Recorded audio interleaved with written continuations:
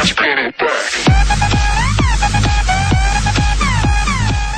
is up, guys? It is Silver here. Welcome to episode 134 of the FIFA. Wow. Of the FIFA 13. Nice. Of the FIFA 13 career mode. Fuck up on the intro there, but we have two matches for you today. Valencia home and then Sporting Gijon away. Sporting Gijon are currently top of the table, so we need two big performances from our players today, and we can get that top spot. It is within sight this episode. De Guzman there from of course, from Swansea, playing for Villarreal, is the only player that I actually know. But they start off the match fantastically, forcing Diego Alves into a nice and early save down to his right-hand corner, stopping the ball going, and then they take a corner short, which I've never seen happen before, but, you know, I guess it is realistic. We are in Spain. And well, they force it out for another corner. They're going to swing this one in. Greco apparently on the ball. Swinging it in, and we manage to clear it out eventually from the goal kick after everyone misses the ball and their captain fails to put it in back in there. But we have our first chance later on. 12th minute here. We chip it in for Welbeck. Nana Welbeck gets there and forces the keeper into a spectacular save. That really was a good save from the keeper, pulling it off well there. And from the corner we whip it in, and unfortunately we cannot connect with the header, and they do eventually go out. But we again, we have another chance here later on. Ben Khalifa on the ball here. And well, that looks like a penalty to me, and just count the amount of times that I think it's going to penalty, right? So that's the first time there should have been a penalty. A nice 1-2 there by my free agent and Boney, and Boney picks up the ball. Could have done a fake shot, could have done something earlier on there, but that looks like to me another penalty, although that one less obvious than the first. I have seen other referees give it. Again here, Jesus Navas trying to do a fake shot. He gets injured by the defender, and again that looks like another penalty to me, but the ref does not give it. What can you do? It's a Spanish referee, you know, he doesn't see half the things in the game. I'm just surprised that he knows the score on the door, really. But as you see there, unfortunately, my man Jesus Navas gets injured, so I have to put on Perotti as a replacement and switch Ben Khalifa to the other wing, and it had a really big impact on the game because instantly Perotti managed to pick up the ball and score in the 33rd minute. Straight after he was brought on, my man Diego Perotti shows that he should have started the game in the first place. Taking the ball from the throw and going down the well, not even going down the wing, just running inside into the box, coming towards the penalty spot and smashing one into the far corner, as we have seen him do time and time again. He has another chance from the header there towards the last stages of the first half, but unfortunately he can't get it on target. And Wilfred Brony himself has another shot. Nana Welbeck manages to stay out of the way, and the ball does deflect out for a corner. From the corner, Nana Welbeck is going to swing this one in, and unfortunately, guess what? We don't get anything from the corner. Although De Vrij did force the keeper into a fantastic save, it eventually went out for a goal kick, and that is how the first half ended 1-0 to us. But we started off the second half in much the same way. Again, Nana Welbeck being an influential figure, having a shot on goal here, but it was well blocked by the defender, and his second effort was well saved by the keeper. But very much Nana Welbeck and Wilfred Brony are forming a very good partnership up front.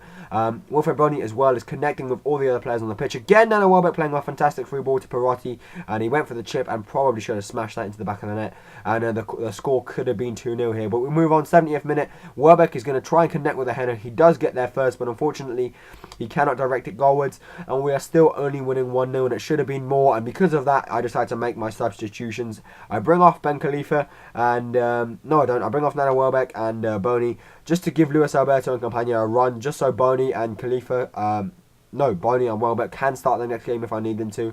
And we have a chance pretty much straight away. Campagna there forcing the ball out wide, and from the corner we managed to whip it in, but unfortunately we don't get anything from it.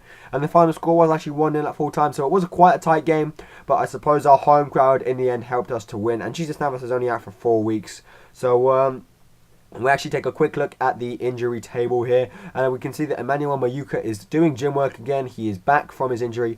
He just needs 3 weeks to get back to full fitness and start playing in the BBVA again. So that's the update on injuries. It's looking good. We haven't got many in our team, but I must say we do have 2 influential players out of the game at the minute. So hopefully that won't impact this game against Sporting Gijon, where of course if we win, we have the chance to go top. I don't know how they finished in their last game, so you know, for all we know, they won. They took their 3 points, which means that if we take 3 points here, we will overtake them. And obviously, the Sporting Gijon and Barcelona were the only team on 10 points before this before the start of this episode, and so you know, hopefully we're looking to go top if Barcelona drop points along their way, which we know they have done in the past, not through losses, but most of all through draws. They had something like 10 draws towards the end of last season, when we managed to catch them up and draw level on points with them towards the end of last season. But it did not take us long to put one past Sporting Gijon, so to say, and we very much managed to dominate nice and early on, and it didn't really matter to us that we were actually away. And, you know, for large parts of the game, my team did exactly what I wanted them to do. You know, I wanted them to get the ball on the floor, play how we normally play, and score some cracking goals, which, you know, I believe that we did. You know, from experience, I would say that they are nice goals. But I'm going to just take a second to pause it here, guys, and I'll be right back with you. And I'm back. I had a little bit of a black screen there. But as you can see, the score is 1-0, and Wilfred Boney is again at it. He scored a fantastic little smash there earlier on, and he was up for the second goal. It did come from a header this time from a corner. Surprisingly, we do get something from corners, believe it or not. And Boney manages to climb above the central defender in the 6-yard box right next to the keeper, and it was a free header, which he was undoubtedly going to put away 9 out of 10 times.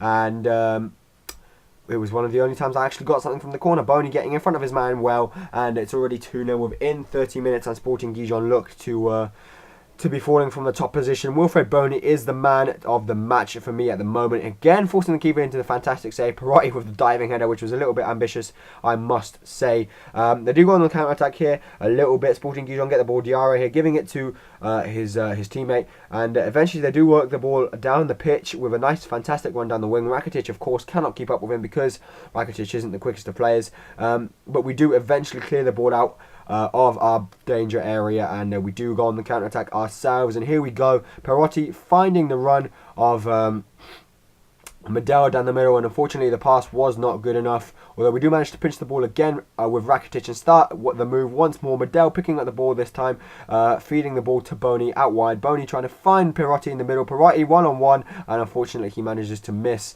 And we move into the second half, still winning 2-0, and the Sporting Gijon have the first chance, crossing in back post, and Mendy with an ambitious effort on goal, but if that had gone in, it would have been a very nice goal. Ben Khalifa here doing well to cross the ball in, trying to find Boney in the box to get him his next goal, but unfortunately the defender was up for the task and managed to clear it out before we again went on the counter-attack with Walker here running down the wing, putting it out wide for Ben Khalifa, receiving the ball again in the middle, and playing a nice little 1-2 here with Rakitic, who goes for Boney instead, and Boney has a shot. It is saved by the keeper, and Rakitic unfortunately can't make a connection with the header, and when it's still only 2-0, but we have another chance there. The ball put through to Wilfred Boney, and surely this is his hat-trick. Surely! No, he goes up for the nest, and unfortunately the keeper saves, but the rebound goes straight into the path of Rakitic, and Rakitic is up for putting the ball into the empty net.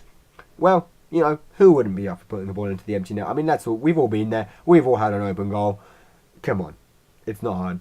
3-0 is the score, and, well, I just didn't see us stopping to score, you know. They do get one back here eventually. Diego Alves didn't clear his lines well enough, or rather the defence didn't help him clear his lines well enough. Twice there, we failed to make a tackle through the keeper and through the defender, and eventually Orozco puts a nice little goal past us. At this point, I made some substitutions to make sure that all our players were fit and ready for the game.